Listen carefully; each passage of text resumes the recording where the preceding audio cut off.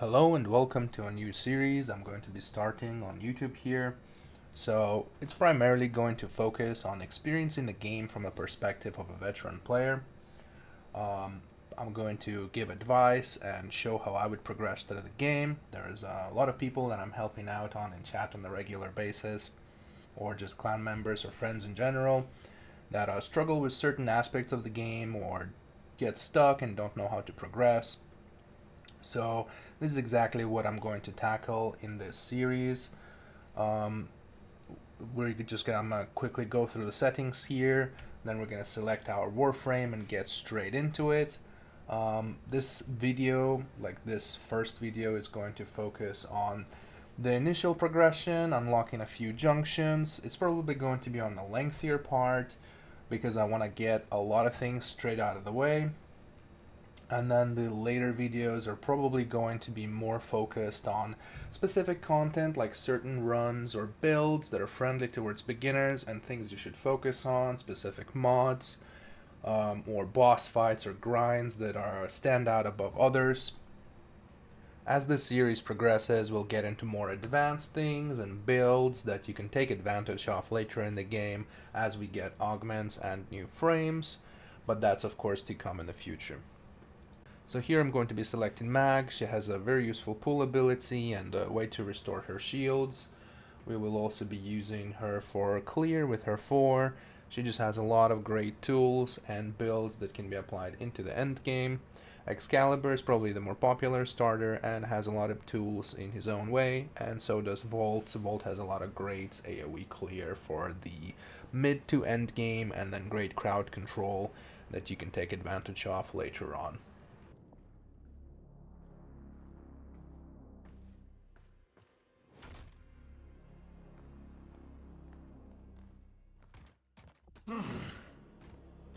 I see the Lotus has tried to wake you.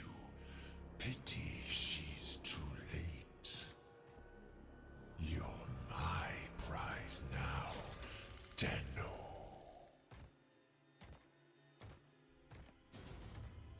No. We are taking this one with us. What has he done to you? I can't lose another Tenno. I'm surging your Warframe's power systems. So here we go. This is where our journey starts. I'm going to quickly go over some movement that I'll be applying right after I clear out these enemies. So the gist of it is just going to be that I'm going to be boosting a lot. If you press Control and Spacebar, you get a little boost. You can do that in any direction. Do that upwards, do that side to side. If you press spacebar while you're in the air, while you're boosting, you will double jump. That preserves momentum, but more importantly, it will allow you to roll if you double tap your shift. In addition to that, you'll quickly notice that I'm using right click, which is the bullet glide, which allows you to fall slowly. And if you press control rapidly while you're doing it, you can get a little bit of momentum, extending your bullet glide, allowing you to go further. Something that you can do very readily as you see that you don't have, or like your distance wasn't quite enough to reach the ledge that you were going for. Of course, in more complicated map layouts later on, it bears to say that you should take advantage of wall jumping. The main goal of the movement system in Warframe is to make it look fluid. It doesn't really matter how fast you're moving per se, because the faster you're moving, the more difficult it is to handle. So from that perspective, it's much better for you to learn how to move fluidly without stopping much and getting over obstacles very comfortably. For the weapons from the starting mission, I'm going to be taking the bow. I'm primarily going to be doing the heavy attack slam. It does a lot of damage and has good AoE. I will take the Lado for secondary, and later on in the mission you can pick up the Bratten instead of the Paris. But the primary doesn't really matter. We'll primarily be using the secondary and the melee for some time in the beginning. From this point on, I will be skipping quite a bit. I will try and keep the video pretty cohesive so that you can follow along. Generally, I'm expecting you to watch the video and then play the game for yourself. So there is no need for me to show you the entire thing. It's not quite a playthrough. I will of course show the important bits and some of the unlocks along the way and suggestions and things I've chosen to do to smooth out my progression throughout the early game. Before we start skipping too far ahead, I'm going to show a full mission just for general gameplay so that people that are interested in it can at least get a sense of how it is that you're supposed to play around with this melee-centric and pool sort of mag, and the general movement that you're going to be applying in the mission.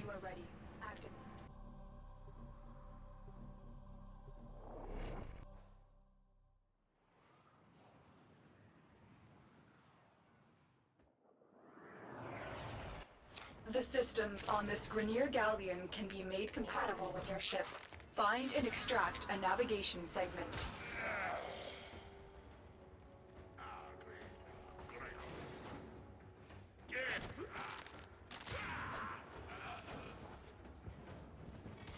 You have murdered my sons and disgraced me before my queens.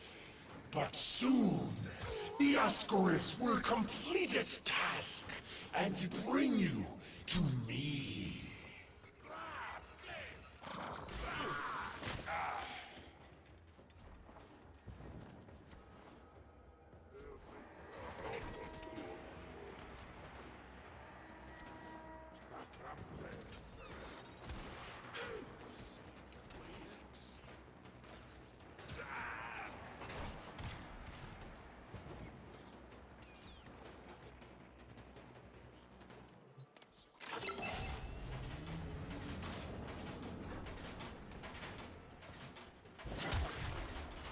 Good work. We have what we... Wait. Tenno, coordinates in this nav segment put the galleon on a direct course to a convoy of colonists. You have a choice. You can extract now, or you can disable this galleon and save the colonists. Saving the colonists could jeopardize this mission. I recommend you head straight to extraction, but the choice is yours. You've reached the ship's power systems. Destroy the reactor. Destroy the fuel injectors. The Ascaris failsafe is attacking your systems. Your shield capacity has just been halved. You're wasting precious time, Tenno.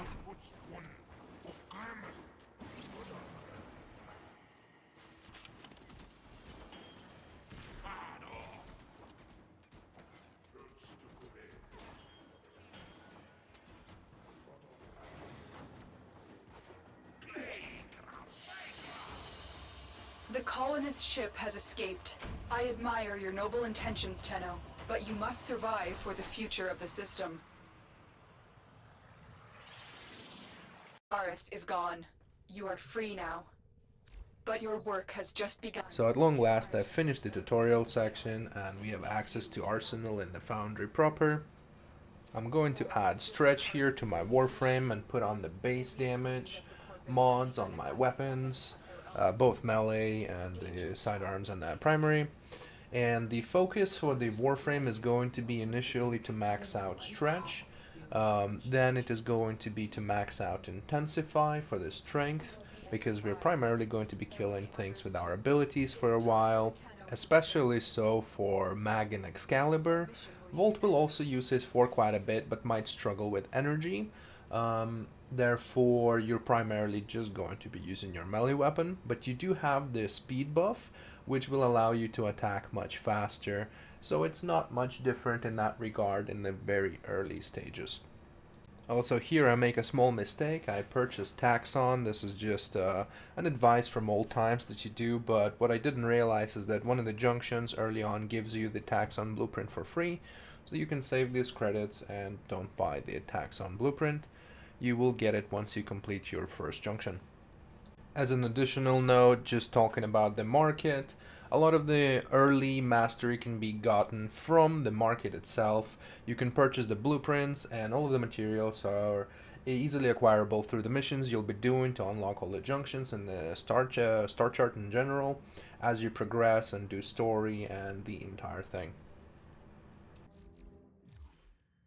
Though I wish you could have awoken to a kinder face than Vor's. So there we go, at long last, now the Vor's prize pops. That's the actual completion of the quest. I will also quickly here complete the mastery advancement to rank 1.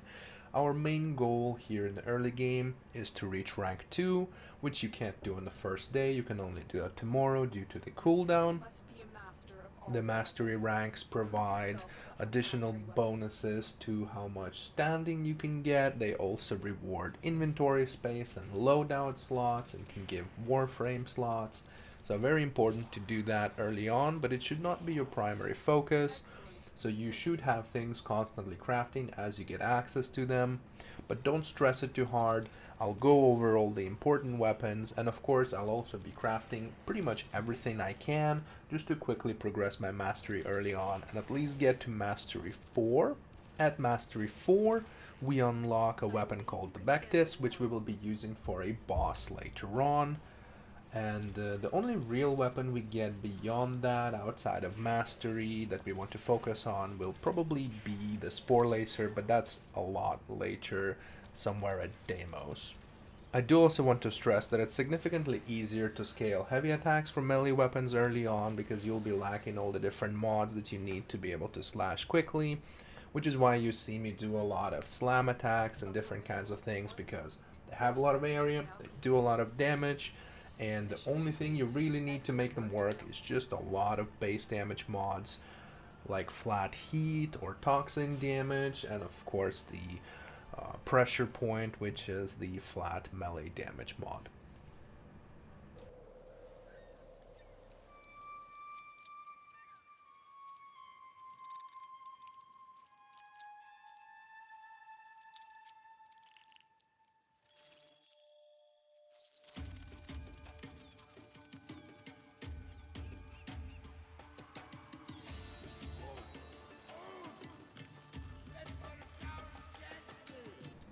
Welcome to Cetas. This will be one of the open world locations we'll be farming the standing for quite a while. It's important to get started here as soon as possible. It is one of 3 locations that are important early on, and there is a few quests that you have to do here before you can really get started. Not that we will get started this early on, we're just trying to mostly unlock things for now, and then we'll be coming back later to do the actual standing grind, which, if you're doing things optimally, should really happen tomorrow, from whatever day it is that you started on, because you will need to craft certain things, even if you are following this guide one-to-one.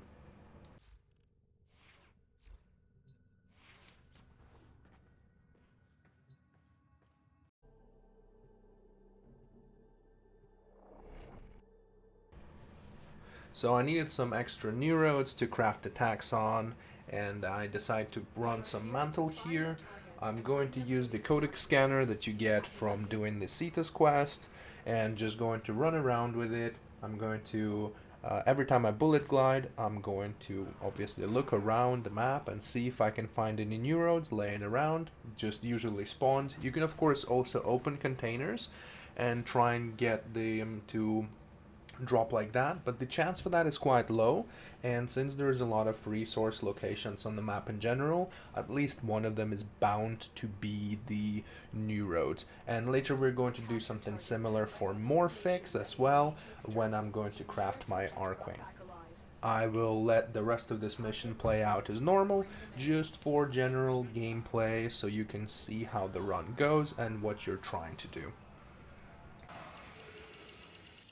Excellent work. We'll interrogate the captive back at base. Your part is done here, Tenno.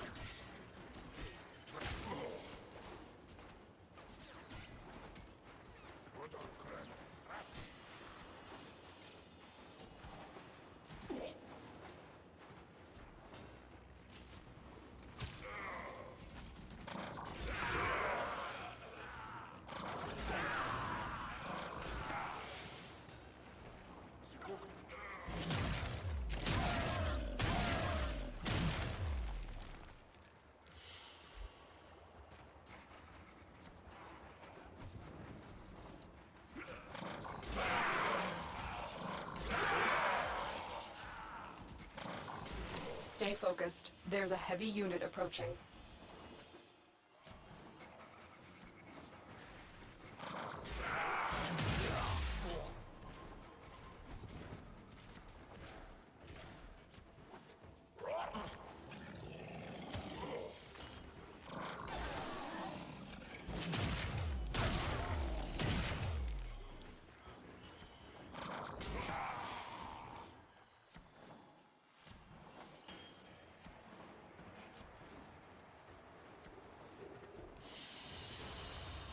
Mission complete. Excellent work, Tenno.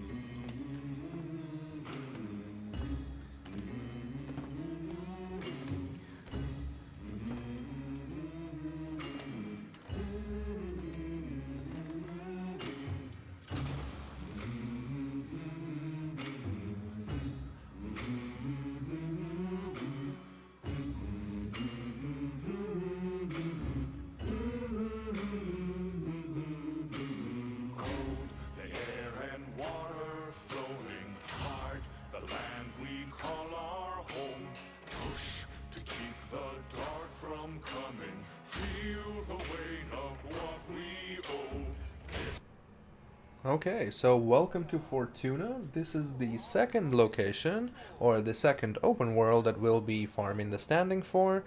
The standing here is actually quite easy once we finish the quest. Quest is quite lengthy, but it's a fun quest, so do enjoy that. Our main goal in this open world is to acquire the tranquilizer gun, which we will be using to get all of the standing on Fortuna for, and then to acquire the laser drill, which we will be using on Cetus actually, and of course on Fortuna as well. It will be our primary mining drill to acquire all the gems that we need to rank up on Cetus. So now I'm going to do that single bounty. I chose to do bounty tier 2. You get 2000 standing for that, but realistically it doesn't really matter. All you really want is the trank rifle, and it costs 500 standing.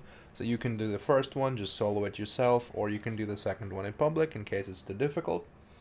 Once you've gotten the trank rifle, all you'll have to do is just go into the open world again and just run around for a bit until you see an animal spawn, and then you're going to tranquilize it, and every time you capture an animal to preserve them, you get standing for that, and that is how we're going to be farming the daily standing reputation or standing for the Solaris United.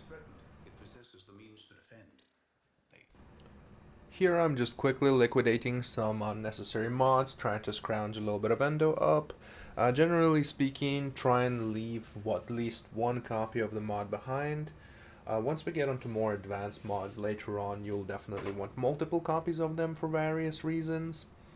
But for now, you'll see I'm just trying to max out the stretch, as I said, and trying to put some points into intensify later. I will also drop the flow for streamline, which you get from one of the junctions, I believe.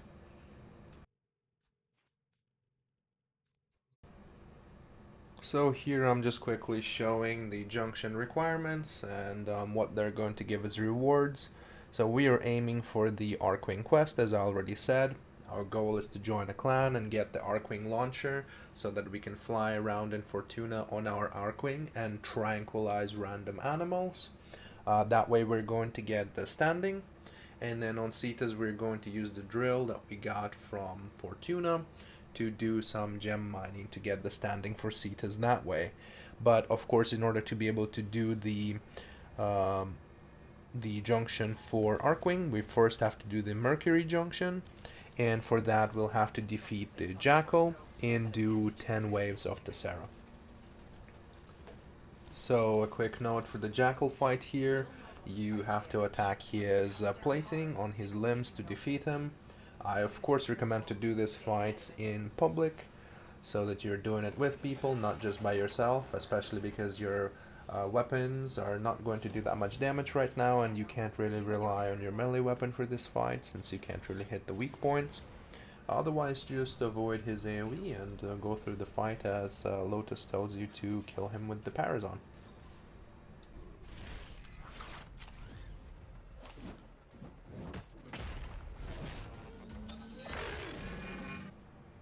So I've heard before some beginner players having issues with the junctions.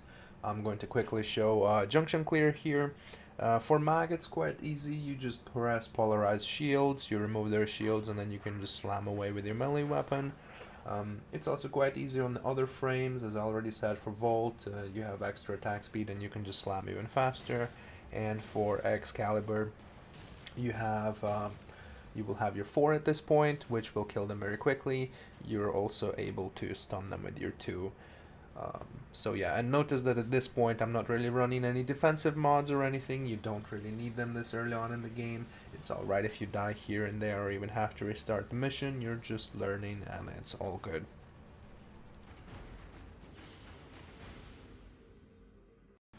So quick side note here, make sure to complete the Kubro quest, and before you preferably unlock the junction so that you can do the final Earth mission, and to make sure to destroy the Kubro dens. In that mission you have a chance to get an egg.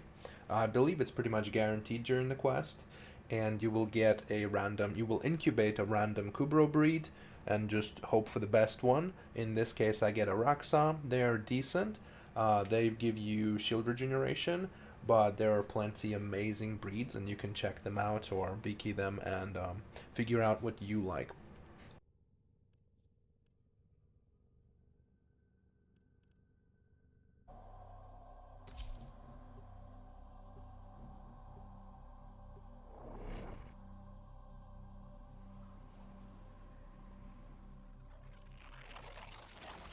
Your death awaits you.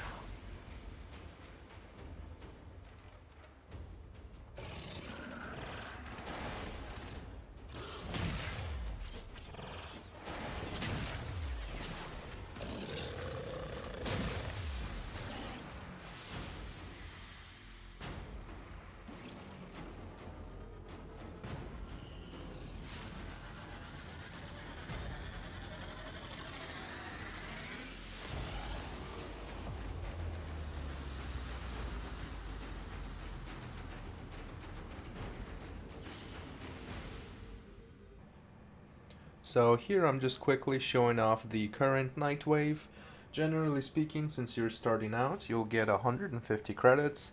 I highly recommend to spend the first 75 into a weapon reactor, because we're going to be upgrading the Vectis for Eidolons later on, and we'll need a reactor for that. And the rest of the credits here I'm going to use on Ninetane, which is a very rare material that you can only really get through the Nightwave shop. So I'm pretty much happy with that, and any extra credits from that point on I can spend on auras or the different mods that are available in the shop. You can pretty much do with that as you will.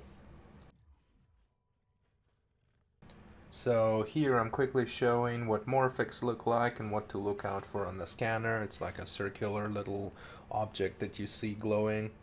And you'll need a bunch of those for the Odonata, which is the Archwing you'll be making during the quest. This is the similar grind to what we were doing with Neurodes earlier for the Taxon. And pretty much at this point I highly recommend to just look at what resources are available on the planet if you ever need the certain material, and just go ahead and run that mission. With the semi-rare materials like Morphics and Neurodes, it's better to just run around and look for them, or you could of course do a longer term survival, but that generally takes much longer and actually you have to put in quite a bit of effort for that. So this will be the final mission of this video, and I'm going to let it play out in full. This is the Archwing final step mission. After this we'll have the Archwing unlocked, and then in the next video we'll be going over how to do the Fortuna grind in detail. I will probably show a video or a clip of that, and the same with the Cetus grind. we'll also be going over to Deimos and starting that up, which is the third open world location that we'll be doing. So thank you for watching, and I hope this helped you out. Please feel free to leave a like and recommend this to your friends. Something breaking from the void. Beck, meet Balor. Your fate, my future! Impossible. All units, full alert. Prepare for boarding. This ship is disintegrating. Aborting mission. Get to extraction. Sorry, ship integrity will not permit extraction at this time. You only have one chance. Ortis, deploy Arcwing. But my calibrations, it's not... Ortis, do it now. Okay, deploying Arcwing.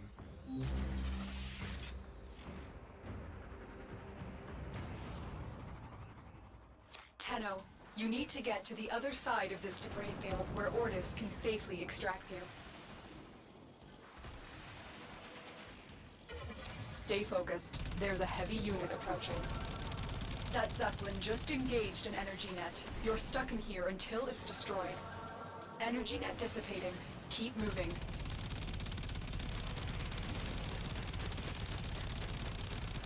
The net is down. Get going. Operator, the Arcwing is performing beyond expectations. I suppose my calibration process was not necessary after all.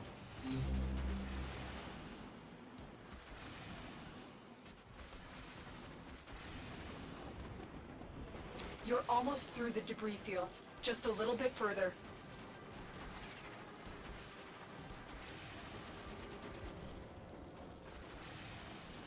Ortis, can you extract now?